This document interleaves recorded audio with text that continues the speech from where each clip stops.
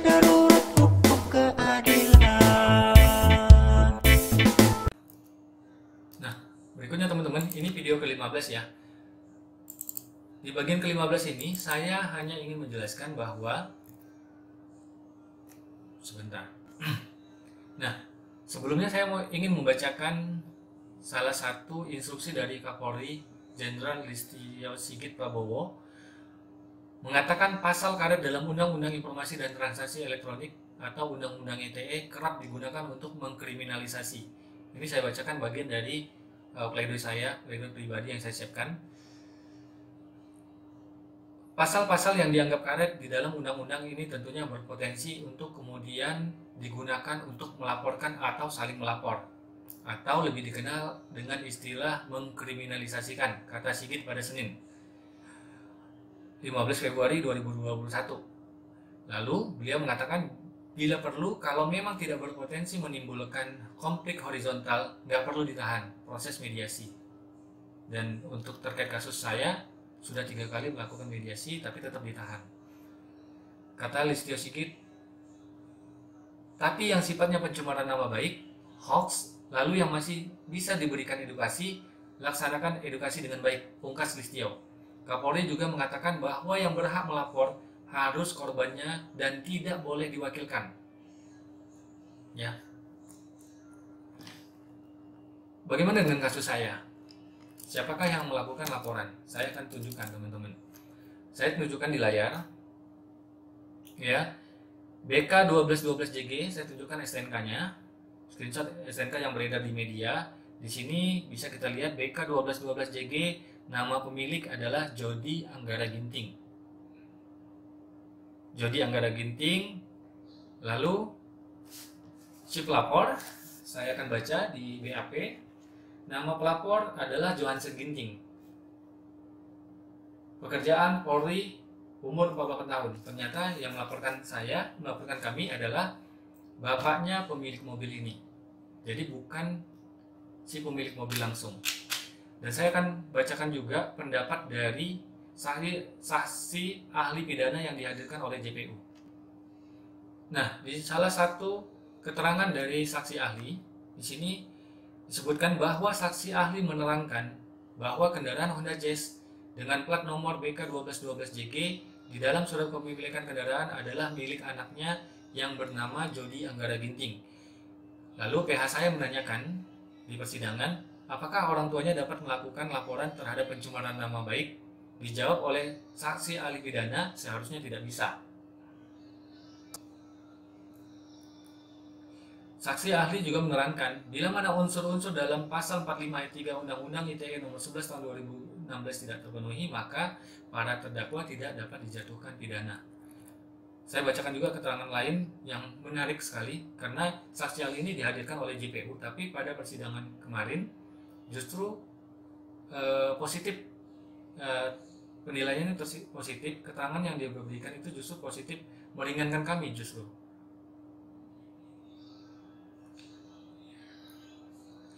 Di sini disebutkan bahwa saksi ahli pidana menerangkan yang berhak untuk melakukan kritik atau terhadap kontrol sosial adalah pers, wartawan, dan LSM. Bahwa saksi ahli menerangkan bila mana para terdakwa adalah LSM, maka kembali dalam undang-undang pers katanya.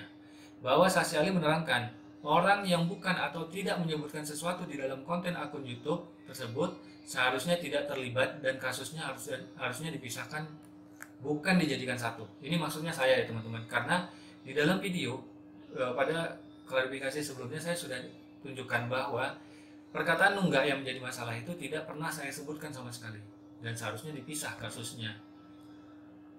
Bahwa di dalam akun YouTube Junior News Pekan hanya menyebutkan oknum dan plat nomor saja. Apakah tujuan konten tersebut dapat dikatakan sebagai penyerangan nama baik terhadap korban langsung? Ditanyakan oleh pihak saya, lalu dijawab oleh saksi ahli, seharusnya tidak bisa. Maka secara kesimpulan, pihak saya menyebutkan di dalam pledoi yang disiapkan oleh PH, tanggapan dari terdakwa 2, di mana saksi ahli Dr. Edi Yunara SHM dari JPU yang telah menerangkan secara jelas dan terang, di mana di dalam akun YouTube Junior News Pekan tidak ada menyebutkan nama seseorang. melainkan hanya menyebutkan merek mobil dan plat nomor saja. Dan kuasa hukum dari terdakwa 2 meminta kepada JPU untuk memperlihatkan kartu anggota LSM Pekan yang dimiliki oleh para terdakwa, di mana berdasarkan bukti tersebut telah membuktikan para terdakwa tidak terbukti telah melakukan penghinaan dan pencemaran nama baik kepada pelapor yang didakwakan oleh JPU. Cuman sayangnya, jika kita baca salinan putusan dari hakim, ternyata fakta-fakta ini yang disampaikan langsung di persidangan oleh saksi ahli pidana ini tidak dipakai atau tidak dipertimbangkan oleh majelis hakim. Justru majelis hakim hanya mempertimbangkan pendapat dari saksi ahli bahasa yang aneh, mengartikan arti kata masih banyak, yaitu artinya hampir semuanya. Ini statement ahli bahasa yang menurut saya aneh. Seorang ahli bahasa mengartikan kata masih banyak yang saya sebutkan di sana, dikatakan di dalam persidangan bahwa artinya hampir semuanya. Dan ini saya ingin menyampaikan keberatan pada saat persidangan, tapi kita tidak dikasih kesempatan untuk menyatakan keberatan terhadap statement dari saksi ahli ini. Pada pembelaan saya pribadi dan pembelaan yang disampaikan oleh PH saya, kami juga menyampaikan jurisprudensi ya. Saya sampaikan ada 2 kasus yang sama.